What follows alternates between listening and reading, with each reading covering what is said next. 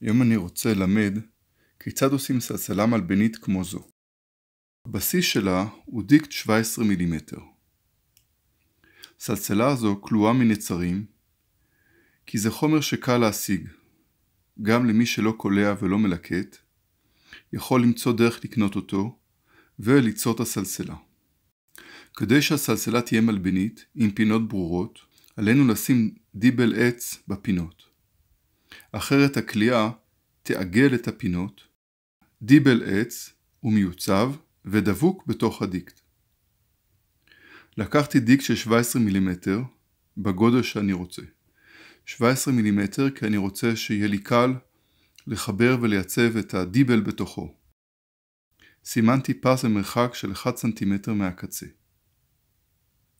אני משתמש בדיבל של 8 או 10 מילימטר ובאורך 15 סנטימטר.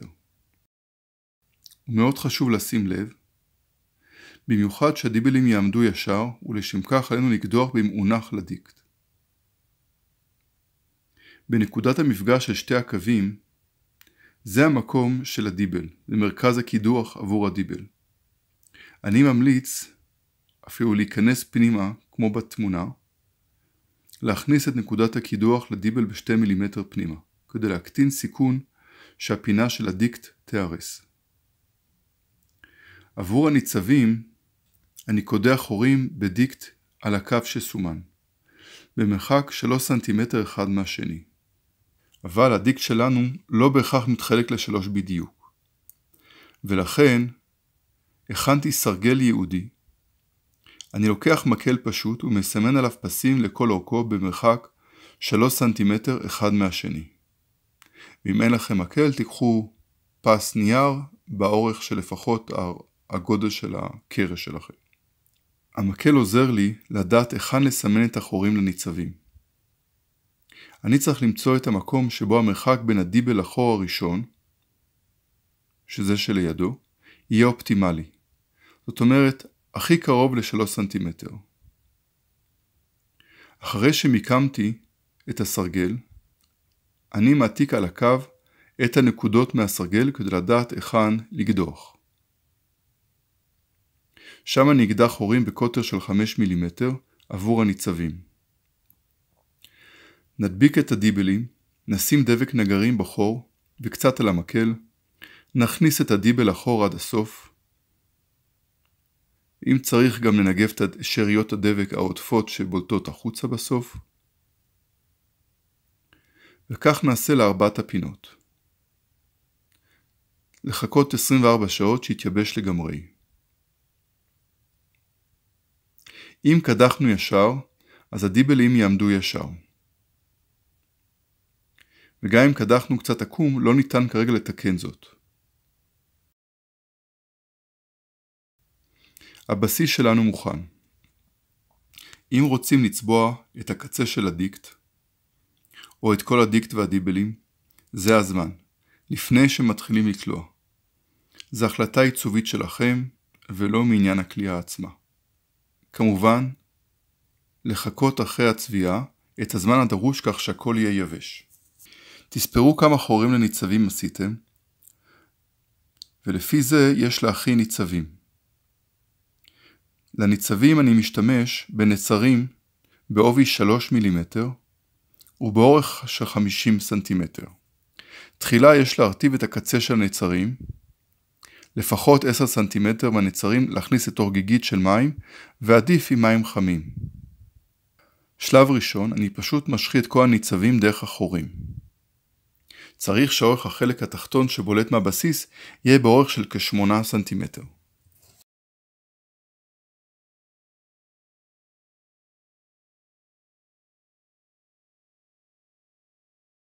אחרי שכולם בפנים, אני מיישר אותם קצת, את כל המקלות שבולטים מהצד התחתון, ואז אני בוחר נקודה כלשהי ומשם מתחיל, ועדיף שזה יהיה באמצע שורה. אני לוקח את הנצר הבולט מלמטה, מקפל אותו החוצה, ואז מכניס אותו פנימה אחרי השני. ואני עושה זה שוב ושוב, ככה אני עושה לכולם, אני כל פעם לוקח את זה שאחריו, מקפל אותו החוצה ומכניס אותו שוב פעם אחרי השני.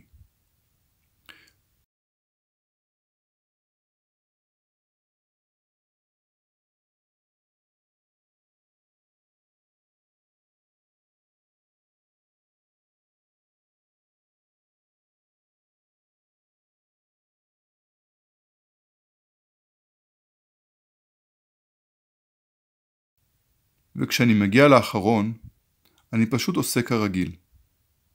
רק שבשלב ההכנסה פנימה, אני מכופף אותו מתחת לראשון שהוא בעצם כבר מכופף. כרגע כל הניצבים עומדים וקשורים בתחתית שלהם, ואפשר להתחיל לקלוע. אני לוקח חבילת נצרים נוספת, בעובי של 2 או 2.5 מילימטר, איך שנוח לכם. אני עבדתי פה עם 2.5 מילימטר, ומכניס למים, כי כרגע נשתמש בהרבה חומר לקליעה, ולכן אני רוצה שתמיד יהיה לי חומר רטוב זמין. הקליעה מתבצעת עם 3 קולעים. אני רוצה להדגים איך קולעים 3 קולעים. לקחתי 3 נצרים צבעוניים כדי שזה יהיה יותר ברור. אני מכניס את 3 פנימה, כל אחד בין 2 ניצבים אחרים. כל אחד מהקולעים אני אומר שהוא נשען על הניצב שלפניו. שלב ראשון אני שם אצבע שהם לא יברחו. אחרי שמתחילים לקלוע זה כבר מחזיק מעצמו. הקליעה היא 2 בחוץ ו1 בפנים. ואני תמיד קולע עם האחורי שהוא הכי שמאלי. פה עם הצבעים אני מתחיל עם הכתום. 2 בחוץ ו1 בפנים. עכשיו האדום. 2 בחוץ ו1 בפנים. עכשיו הכחול. 2 בחוץ ו1 בפנים. וככה אני ממשיך לכל אורך הקליעה.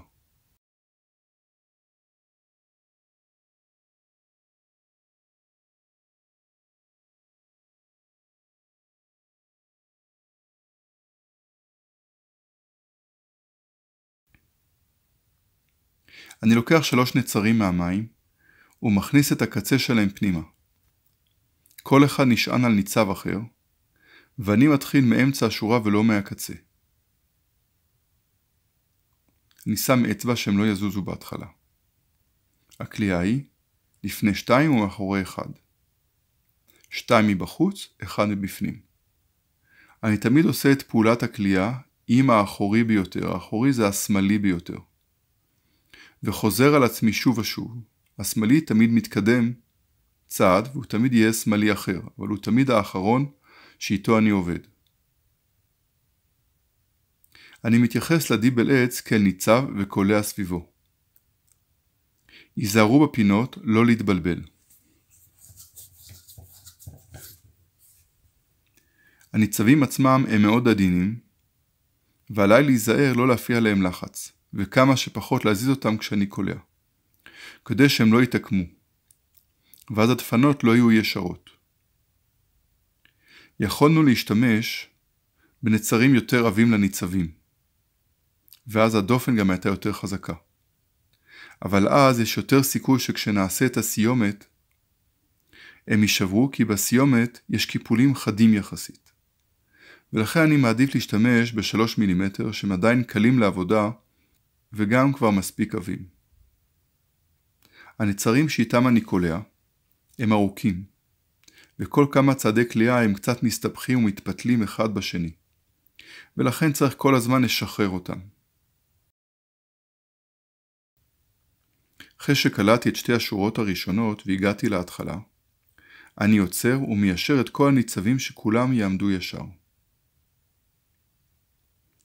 אני שם דגש מיוחד על הניצבים בקצוות שסמוכים לדיבל, כי יש להם נטייה להתעקם ולנטות החוצה. ולכן כל הזמן אני מכופף אותם בעדינות קצת פנימה, אפילו מעבר לרגיל. וממשיכים לקלוע. אני עכשיו רואה שכל הקולעים שלי הם באותו האורך. ומה שיקרה שכשהם ייגמרו, אני אצטרך להחליף את שלושתם באותו האזור אחד אחרי השני. אני מעדיף להימנע מזה, כי זה מחליש את המקום, ולכן אני מעדיף לעשות החלפה מדורגת. אני חותך את אחד מהם, עכשיו ואעשה החלפה יותר מוקדמת. ואחרי כמה צעדי קליעה, אחליף את השני ואת השלישי כשהוא ייגמר. בואו נסביר איך עושים החלפה של נצר שנגמר. כל צעד מתחיל בשניים מבחוץ, ואז זה נכנס פנימה. אני פשוט מכניס אותו פנימה ולא מוציא אותו החוצה לשלב הבא. ומשאיר אותו בפנים. ואז אני לוקח נצר חדש ושם אותו צעד אחד קדימה, שהוא המקום שהנצר שנגמר היה אמור לצאת, ומשם ממשיך לקלוע.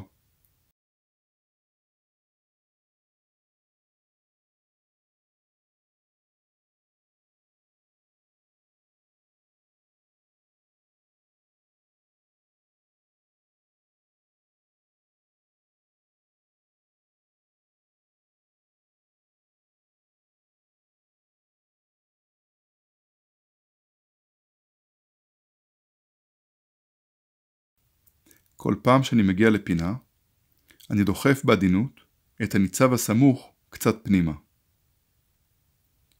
את כל הדפנות של הסל אני קולע באותה הצורה, ולכן נדלג קדימה. במשך קליעה של דופן שלם, יש כל הזמן החלפות של קולעים. אני ממליץ לא להחליף שתי קולעים אחד אחרי השני, אלא תמיד לדאוג שיהיה רווח בהחלפה ביניהם. גם אם זה דורש להחליף את אחד הקולים קצת קודם.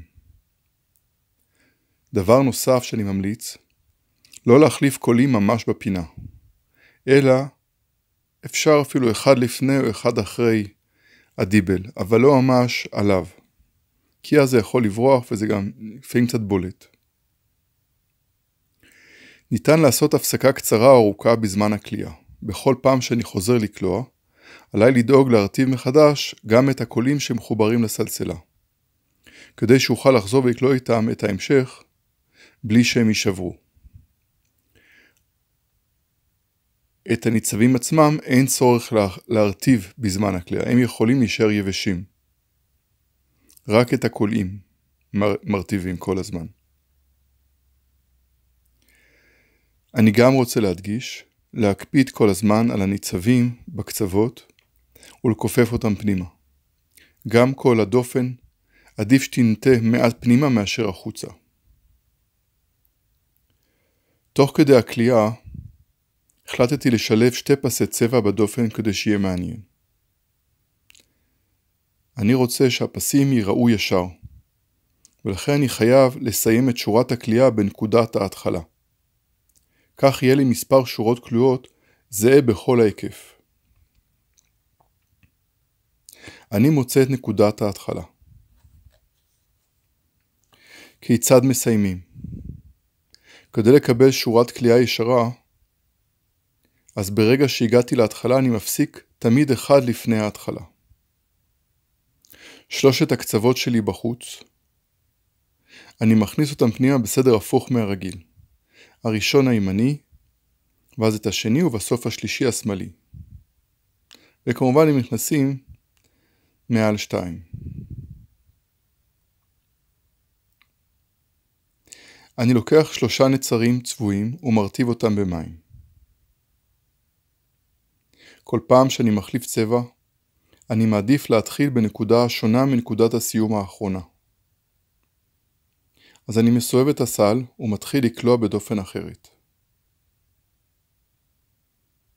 הקליעה היא אותו הדבר. לפני 2 ומאחורי 1. בגלל השינוי בצבע, מאוד קל לראות כרגע איך עושים את הסיומת של השורה, ואני אסביר זאת שוב.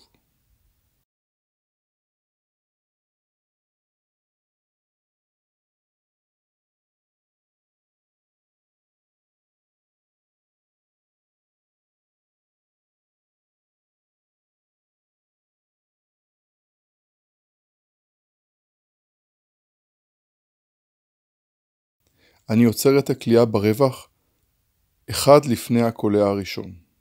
אין רווח, אבל אחד לפניו. חותך את הקצוות שלא יהיו לי יותר מדי עודפים בפנים. ואז לוקח את הימני ומכניס אותו פנימה מעל 2. וכן לאמצעי ובסוף לשמאלי.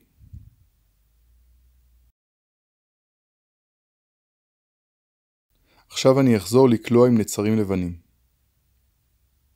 אני שוב בוחר נקודה אחרת ומתחיל בה את הקליעה. אני קולע 3 שורות מלאות ואז מסיים כמו שהראינו.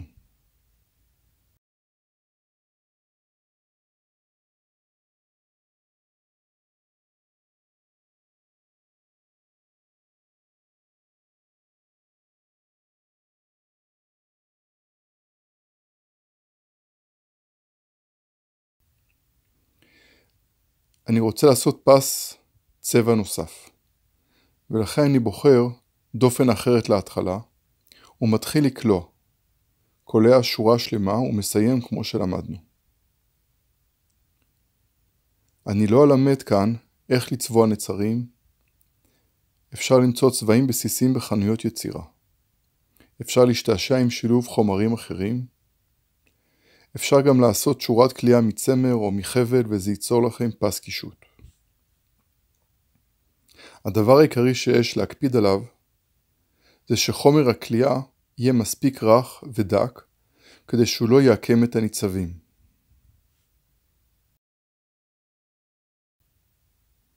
ואז שוב חוזר לקלוע עם נצרים לבנים, דהיינו צבע טבעי, עד למעלה.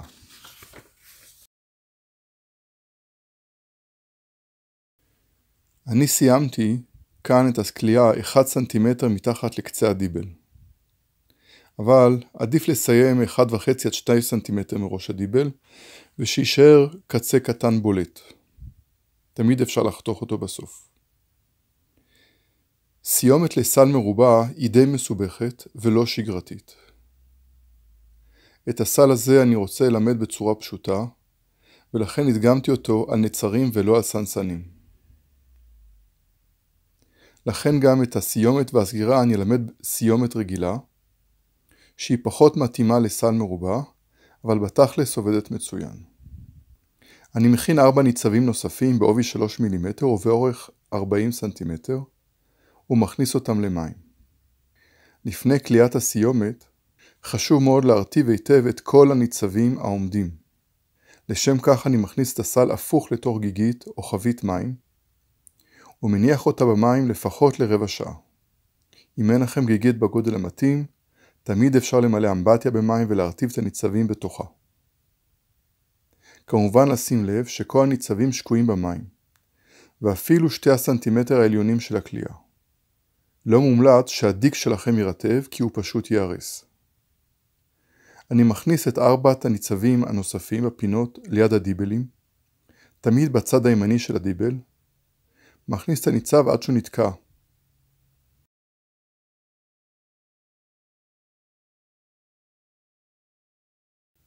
אני מתחיל מהאמצע של השורה, ולא איפה שסיימתי את הקליעה של השורה האחרונה.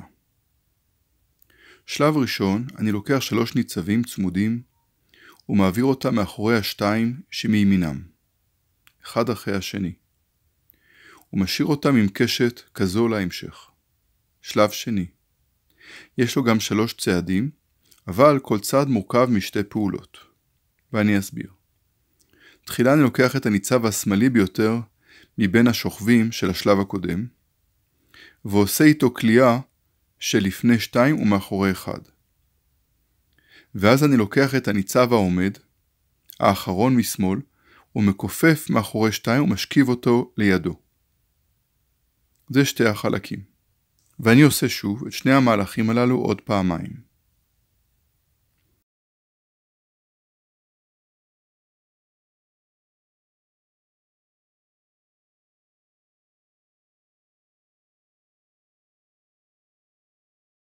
שלב שלישי.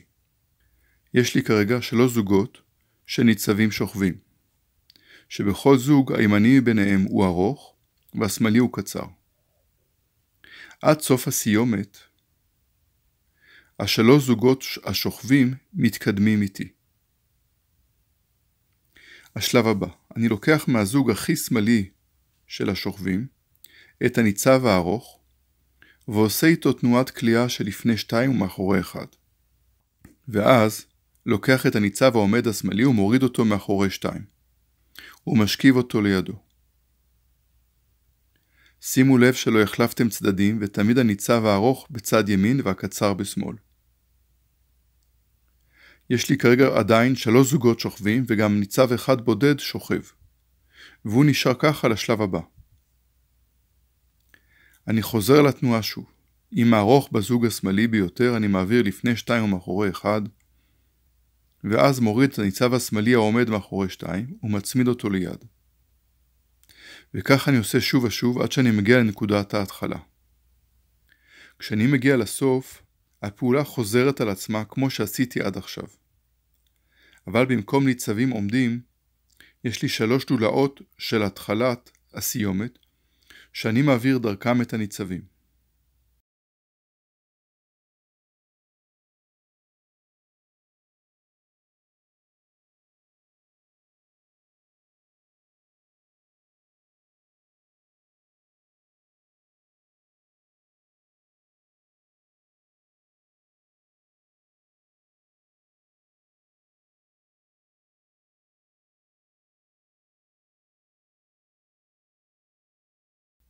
אחרי שנגמרים לניצבים העומדים, נשאר לי 3 תנועות עם 3 ניצבים שוכבים, שלפני 2 ומאחורי 1 וסיימתי. האמת שזה קצת מסובך להבין ולהסביר את זה במילים, במיוחד לפעם הראשונה. אבל מקווה שתבינו דרך הסרט.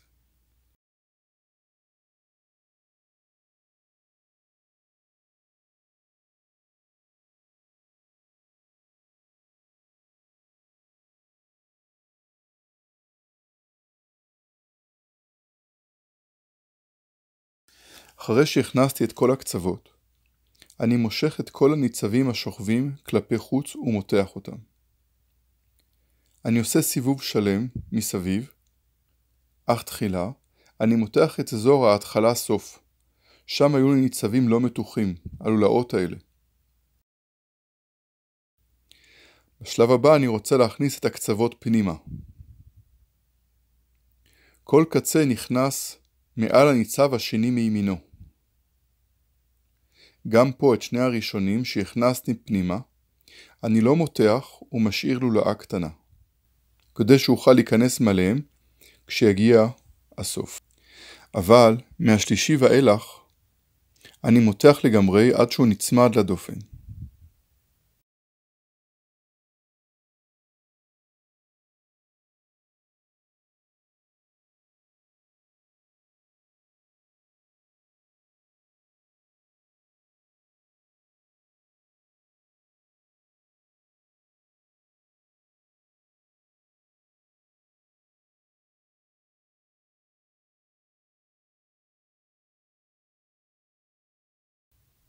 סיימנו עם הקליעה, עכשיו נשאר לנקות את הקצוות העודפים שבפנים.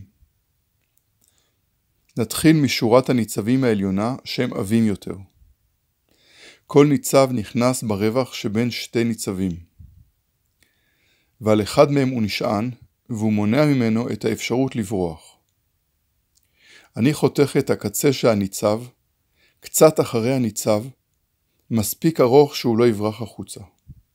אבל גם לא ארוך מדי שיבלוט ויפריע כלפי פנים.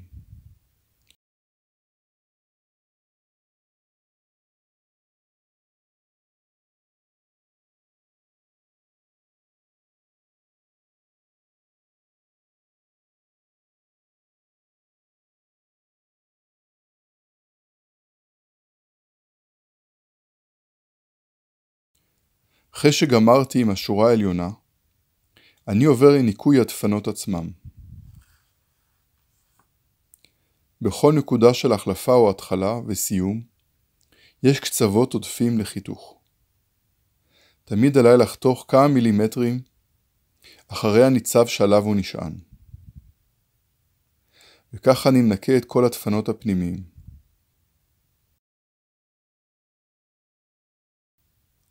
והנה הסלסלה מוכנה ומוכנה לשימוש.